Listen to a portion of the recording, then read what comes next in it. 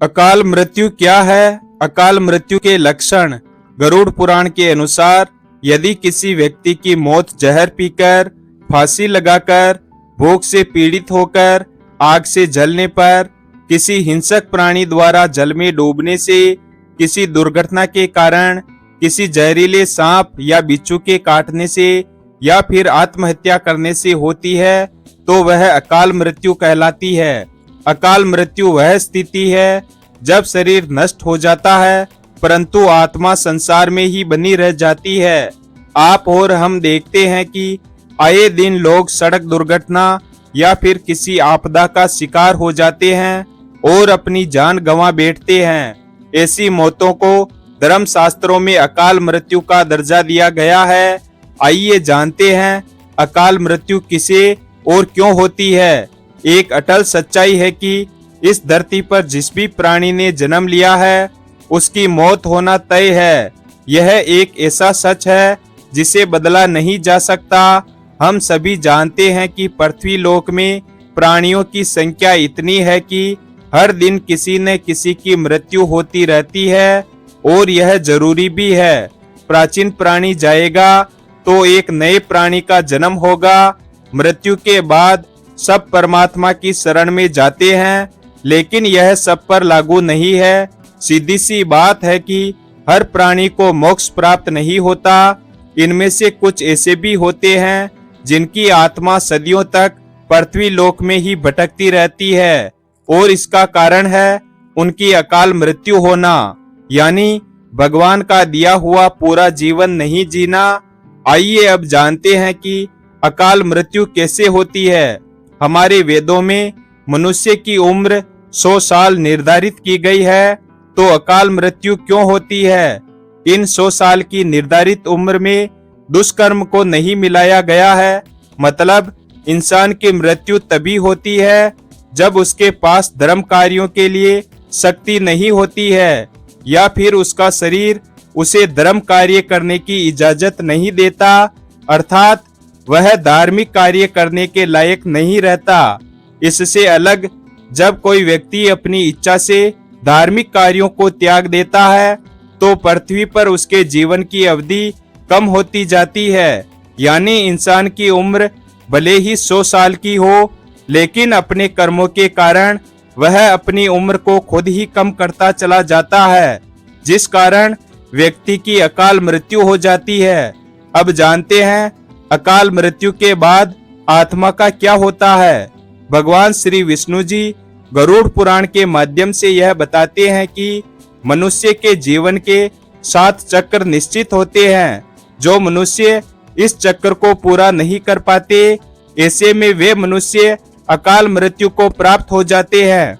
अचानक ही मृत्यु होने की वजह से मनुष्य को मोह माया, इच्छा और तृष्णा बनी रहती है जो कभी पूरी नहीं हो पाती। ऐसे में शरीर तो नष्ट हो जाता है परंतु अकाल मृत्यु प्राप्त होने वाली आत्माएं धरती पर अपने परिजनों और जीवित लोगों को कष्ट पहुंचाती रहती है और अपनी तृष्णा पूरी करने की कोशिश करती रहती है।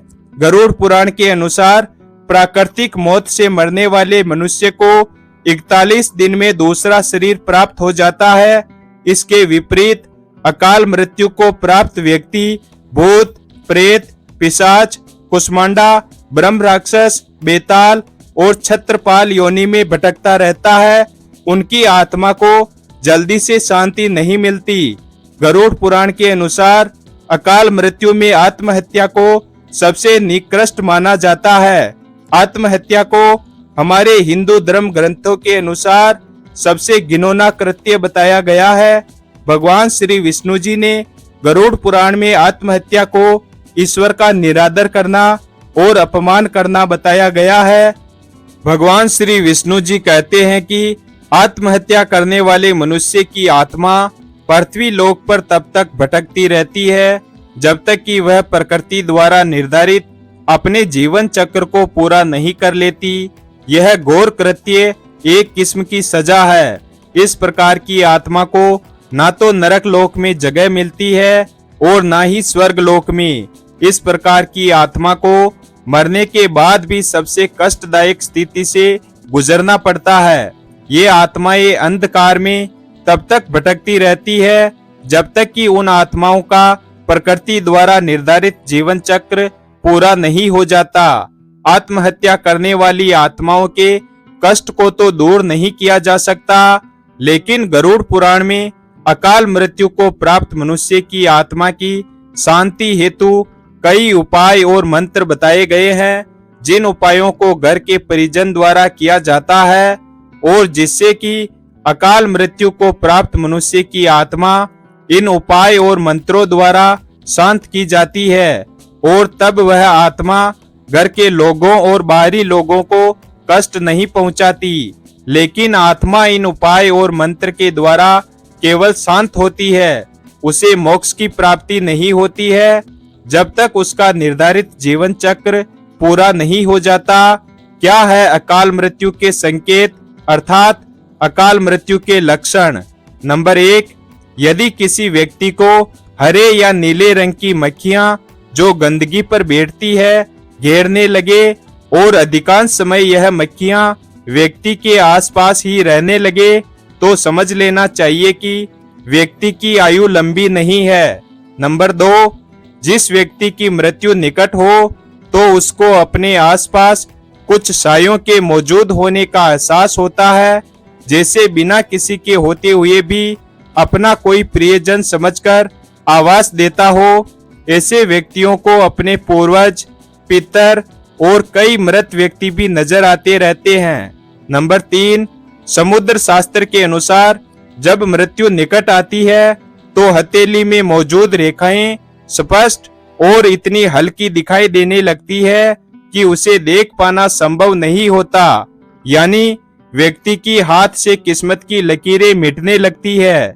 नंबर 4, जिन लोगों की मृत्यु निकट होती है वे अपनी छाया को भी खुद से अलग देखने लगते हैं। उनको ऐसा लगता है कि हमारी छाया हमसे अलग क्रियाकलाप कर रही है।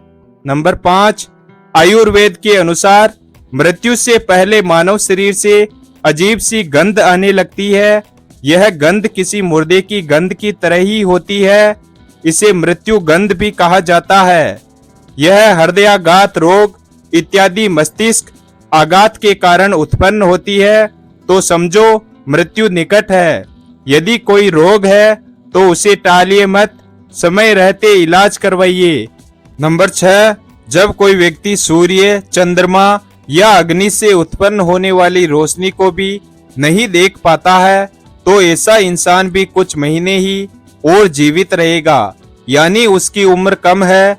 नंबर 7, जब किसी व्यक्ति को पानी, तेल या दर्पण में अपनी परछाई ना दिखाई दे या परछाई विकृत दिखाई देने लगे तो समझो वह इंसान कुछ ही दिनों का मेहमान है।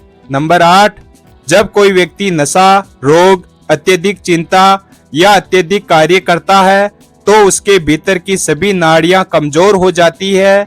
ऐसे व्यक्ति की आंखों के सामने उठते समय, बैठते समय या किसी भी समय बार बार अंधेरा छा जाता है।